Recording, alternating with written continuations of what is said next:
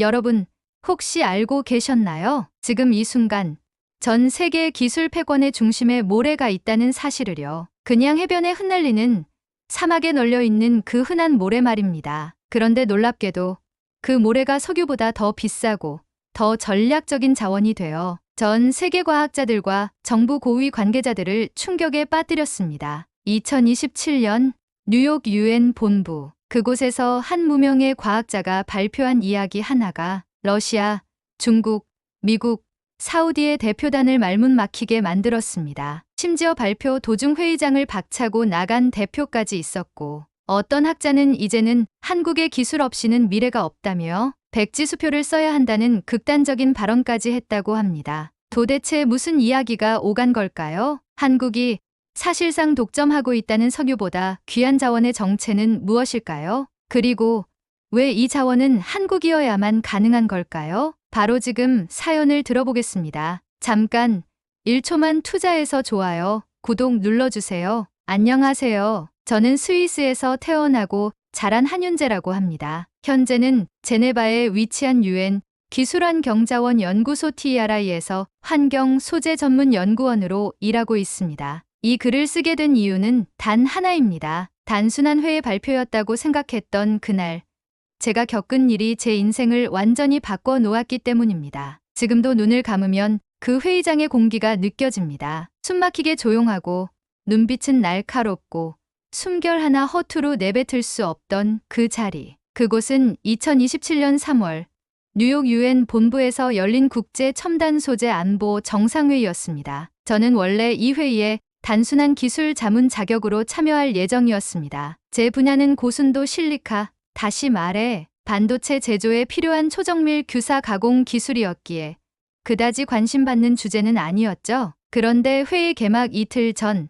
갑작스러운 변화가 일어났습니다. 미국 MIT에서 지속가능한 반도체 소재 공급망을 주제로 발표 예정이던 박사가 건강 문제로 불참하게 되었고, 발표 대체자로 저에게 연락이 왔습니다. 당황스러웠지만 저는 단 한순간도 주저하지 않았습니다. 지금껏 수년간 연구해온 내용이 드디어 누군가에게 의미 있게 전달될 기회라고 생각했기 때문입니다. 그렇게 저는 급히 발표 준비를 시작했습니다. 그리고 그때 처음으로 모래라는 자원을 국가 경쟁력의 관점에서 조명하는 주제를 구체적으로 세우게 되었습니다. 누군가에게는 평범해 보일 수 있지만 저에게는 수천 시간의 실험과 분석, 그리고 현장 탐사에서 얻어낸 진실이 담겨 있었기 때문입니다. 회의 당일 아침, 제 발표는 오전 11시로 예정되어 있었습니다. 회의장은 유엔 본관 3층에 위치한 대형 국제회의실이었고, 입장하는 순간 공기가 달랐습니다. 전 세계를 대표하는 과학자, 외교관,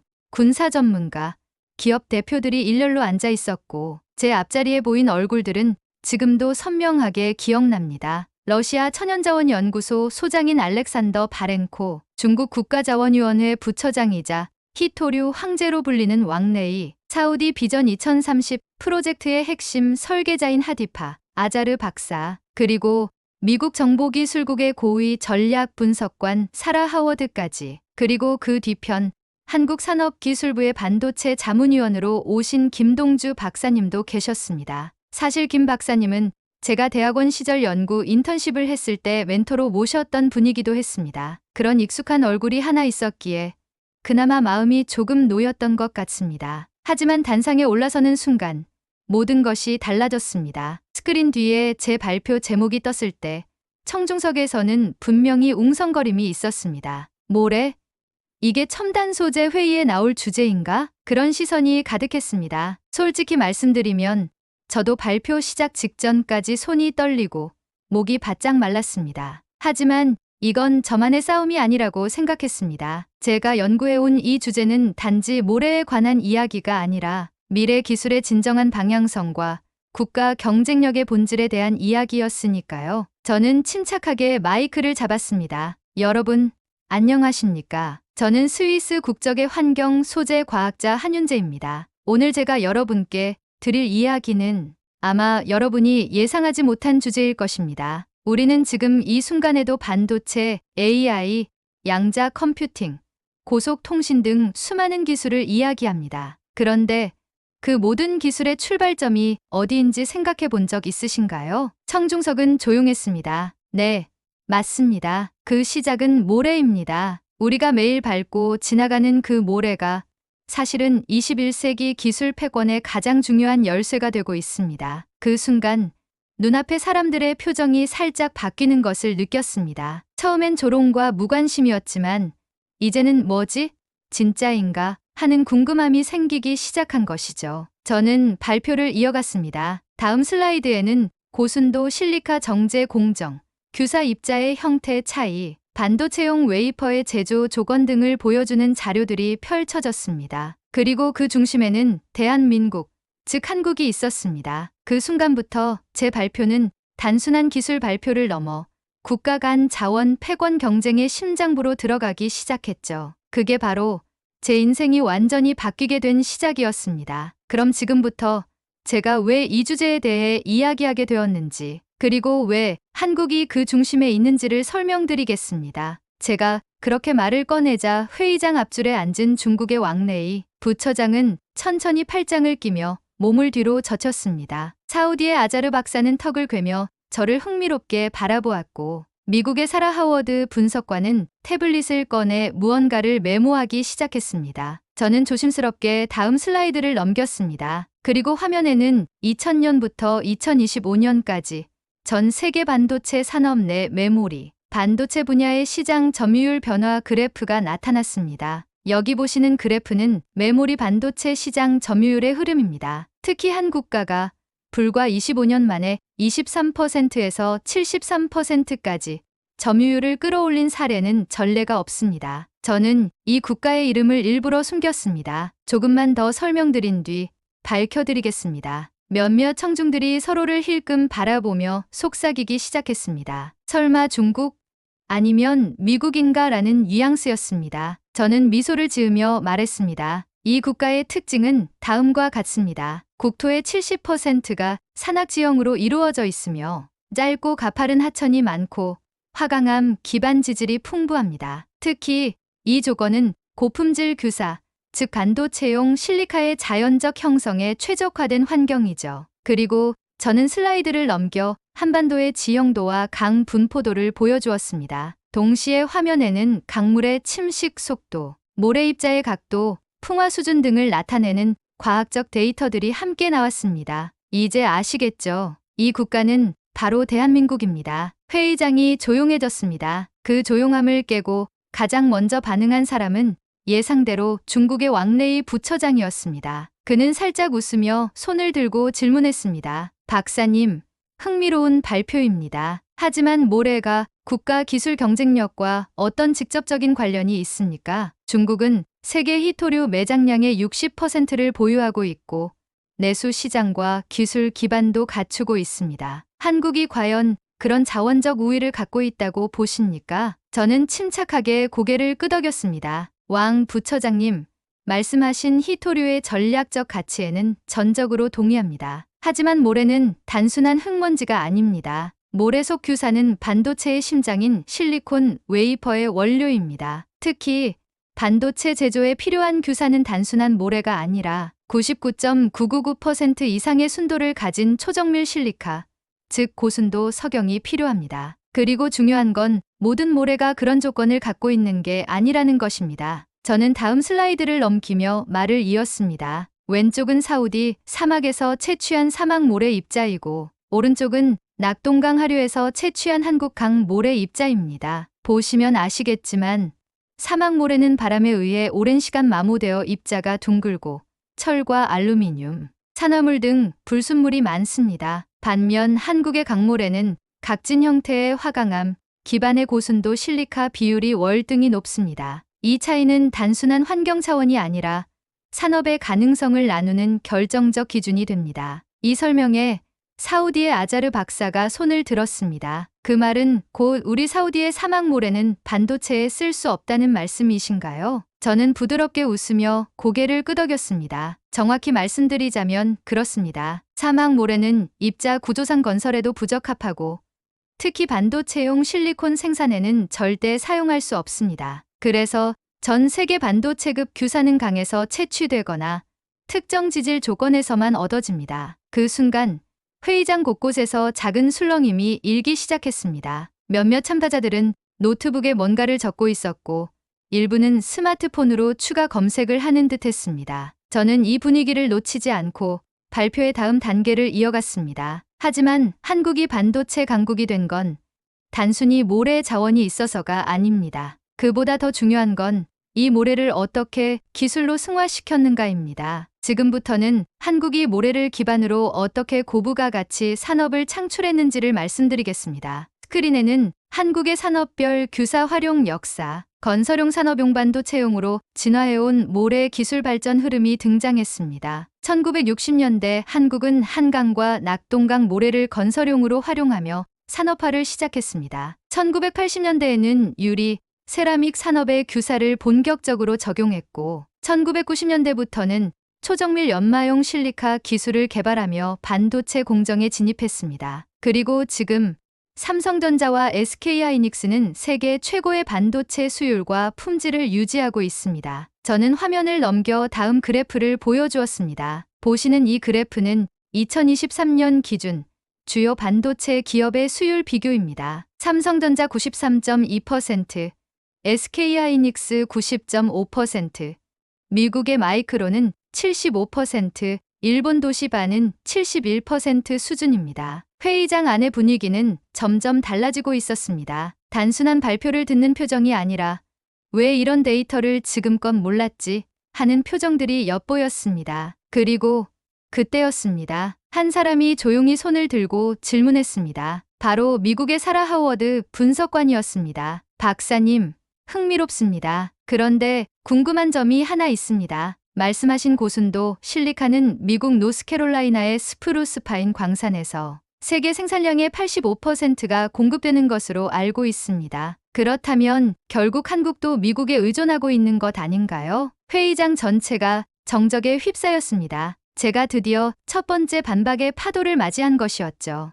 회의장은 조용했습니다. 미국의 사라 하워드 분석관의 질문은 정확했죠. 한국도 결국 고순도 실리카를 미국에 의존하고 있는 것 아닌가요? 그 순간 중국의 왕레이 부처장과 러시아의 바렌코 박사, 그리고 사우디의 아자르 박사까지 서로 눈빛을 주고받았습니다. 표정에는 명백한 자신감이 보였습니다. 봐라, 결국 미국의 하청 아니냐, 그런 의미였을 겁니다. 사실 저도 이 질문이 나올 것을 예상했습니다. 예상했기에 그날 아침 마지막으로 발표 자료를 수정할 때 이 부분을 강화해 넣었죠. 하지만 막상 그 질문을 정면으로 받게 되자 제 심장은 무서울 정도로 빨리 뛰기 시작했습니다. 저는 조용히 물을 한 모금 마시고 정중하게 고개를 끄덕였습니다. 하워드 분석관님의 말씀, 전적으로 맞습니다. 현재 초고순도 실리카, 즉 반도체용 실리콘의 원료 중 가장 중요한 일부는 미국 노스캐롤라이나에서 공급되고 있습니다. 한국은 그 자원에 대해 일부 의존하고 있는 것이 사실입니다. 회의장의 분위기는 다시 냉랭해졌습니다. 이 말이 제 주장의 허점을 스스로 인정한 것으로 받아들여졌던 거죠. 그때 중국의 왕레이 부처장이 가볍게 손을 들어 올리며 말을 보탰습니다. 그렇다면 오늘 박사님의 발표는 사실상 미국과 한국의 기술 종속 구조를 옹호하시는 것으로 들리네요. 한국이 아무리 기술이 있다 한들 원료가 끊기면 산업도 무너지는 것 아닌가요? 사우디의 아자르 박사도 조용히 웃으며 말했습니다. 우리는 석유를 자체에 통제합니다. 진정한 자원 강국이란 그런 것이죠. 회의장 뒷줄에서 조용한 탄식이 들렸습니다. 일부 청중들은 고개를 절레절레 흔들었고 앞줄에 있던 몇몇 학자들은 실망한 듯 메모를 멈췄습니다. 그때였습니다. 제 머릿속에 불현듯 떠오른 한 장면이 있었습니다. 2년 전 저는 한국의 강원도에 있는 한 반도체 공장을 방문한 적이 있었습니다. 그곳에서 만난 한 중소기업 엔지니어가 이런 말을 했습니다. 교수님, 우리는 모래 한 알로 반도체를 만드는 게 아닙니다. 우리는 모래 한 알도 소중히 여기는 문화에서 반도체를 만들어내죠. 그 말이 지금의 저를 단단히 붙잡아 주었습니다. 저는 다시 마이크를 잡고 차분한 목소리로 말을 이었습니다. 여러분, 지금까지 말씀드린 것은 물리적인 자원에 대한 이야기였습니다. 하지만 진정한 기술 패권은 자원 그 자체에 있지 않습니다. 자원을 다루는 사람, 그리고 그 자원을 다루는 문화와 시스템에 달려 있습니다. 그리고 저는 다음 슬라이드를 넘겼습니다. 화면에는 한국의 반도체 관련 특허 증가율, 인력 양성 추이, 교육 투자 비율, 국산화 비율 변화 등이 그래프로 나타났습니다. 보시는 바와 같이 한국은 지난 20년간 반도체 관련 특허 등록 수에서 꾸준히 세계 12위를 다투고 있습니다. 특히 주목할 점은 특허 인용 지수, 즉 기술의 질적 가치가 미국과 거의 대등하다는 점입니다. 중국, 러시아, 사우디 측은 조용히 자료를 응시하고 있었고 미국 측에서는 사라 하워드 분석관이 다시 메모를 시작했습니다. 저는 다음 슬라이드를 넘기며 말을 이어갔습니다. 또한 한국은 2019년 일본의 반도체 소재 수출 규제에 직면했을 때 단 6개월 만에 포토레지스트, 불화수소 등 핵심 소재의 국산화를 성공시켰습니다. 이는 단순한 기술의 문제가 아니라 위기에 대응하는 국가 시스템의 속도와 결단력을 보여주는 사례입니다. 사우디의 아자르 박사가 고개를 갸웃하며 말했습니다. 그건 일시적 대응 아닐까요?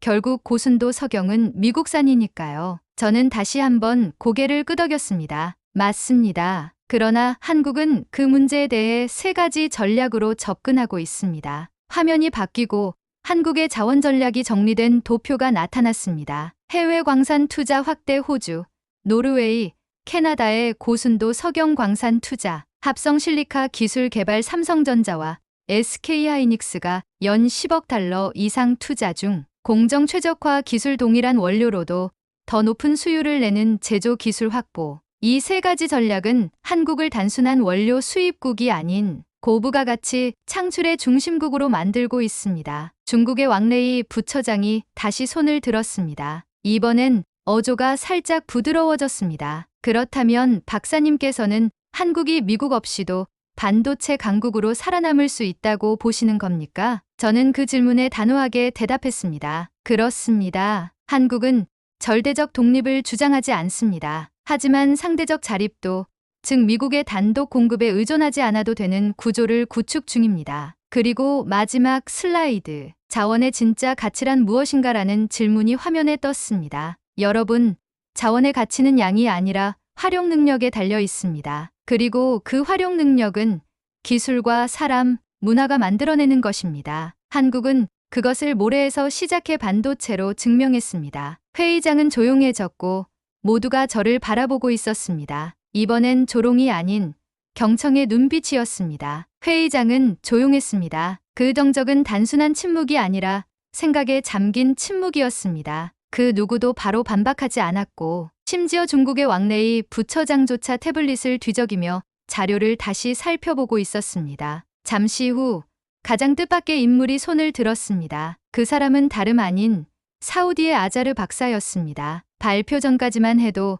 석유가 최고의 자원이라며 모래 이야기를 비웃던 그였습니다. 박사님, 아주 인상 깊은 발표였습니다. 그런데 여쭤보고 싶은 게 있습니다. 혹시 사막 모래도 적절한 화학 처리와 기술적 가공을 통해 반도체용 규사로 전환할 수 있을 가능성은 없을까요? 순간 저는 그 질문이 단순한 호기심이 아닌 인정의 시작임을 깨달았습니다. 이 발표가 처음부터 목표로 삼았던 그 기술과 자원에 대한 새로운 인식을 일으킨 것이죠. 저는 천천히 고개를 끄덕이며 대답했습니다. 사막 모래에도 분명 가능성은 있습니다. 문제는 그것을 실현할 수 있는 기술과 의지, 그리고 꾸준한 인프라 투자입니다. 한국이 해낸 것은 단순한 발견이 아니라 수십 년간 축적된 시스템의 결과입니다. 이번엔 독일의 환경과학자인 리하르트 밀러 박사가 조용히 손을 들었습니다. 그는 메모를 들여다보며 진지한 표정으로 질문했습니다.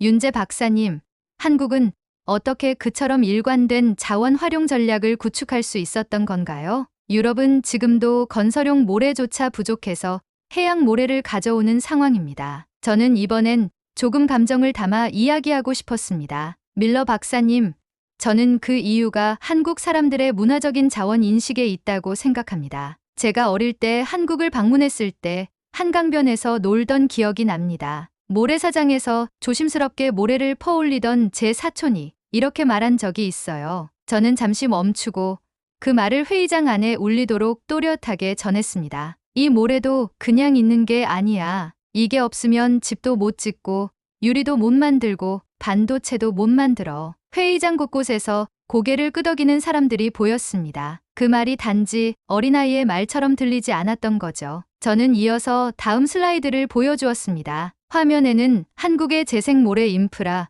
철강 슬래그 기반 인공 모래 개발, 그리고 건설 폐기물 97% 재활용률을 보여주는 데이터와 이미지들이 나타났습니다. 한국은 환경을 해치지 않으면서도 자원을 효율적으로 활용하는 방향으로 나아가고 있습니다. 단순히 많이 쓰는 것이 아니라 지속 가능하게 다루는 것. 그것이 진정한 기술 패권의 본질이라고 저는 믿습니다. 그 순간 회의장 뒤편에서 누군가 박수를 치기 시작했습니다. 그리고 그 박수는 점점 퍼져나갔고 곧 회의장 전체가 박수 소리로 가득 찼습니다. 그 박수는 단지 저에게 주어진 것이 아니라 모래라는 작은 자원이 바꿀 수 있는 큰 미래에 대한 공감의 박수였습니다. 그날 이후 많은 변화가 일어났습니다. 한 달 후 UN 기술자원안보국은 모래 및 규사 자원의 전략적 관리에 관한 국제 권고안을 공식 발표했고 한국은 전 세계 모래 기반 자원 전략의 모범 국가로 소개되었습니다. 사우디는 사막 모래 고순도화 프로젝트에 착수했고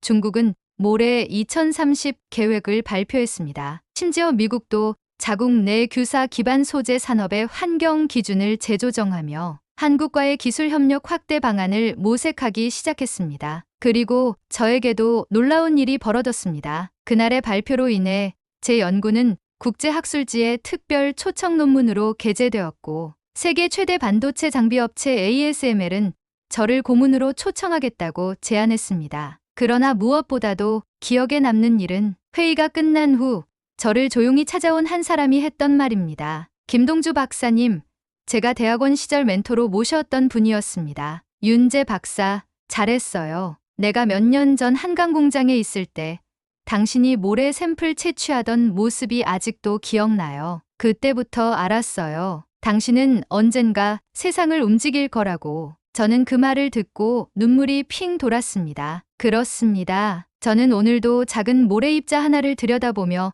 연구를 계속하고 있습니다. 그리고 믿습니다. 가장 평범한 것들이 가장 놀라운 미래를 만들 수 있다는 것. 여러분은 어떻게 생각하시나요? 정말 모래 한 알이 기술 패권의 판도를 바꿀 수 있다고 믿으시나요? 그리고 한국이 가진 이 특별한 자원이 앞으로 어떤 변화를 만들어낼 수 있을까요? 여러분의 생각을 댓글로 꼭 들려주세요. 여러분의 한마디가 또 다른 이야기를 시작하게 됩니다. 이 이야기가 흥미로우셨다면 그리고 앞으로도 한국과 세계를 연결하는 놀라운 이야기들을 더 만나고 싶으시다면 좋아요와 구독 한 번씩만 눌러주세요. 여러분의 클릭이 제게는 정말 큰 힘이 됩니다. 그리고 혹시 알고 계신 특별한 한국 이야기나 제보하고 싶은 사연이 있다면 댓글이나 이메일로 보내주세요. 세상에 숨겨진 또 다른 한국의 힘, 제가 꼭 소개해드리겠습니다.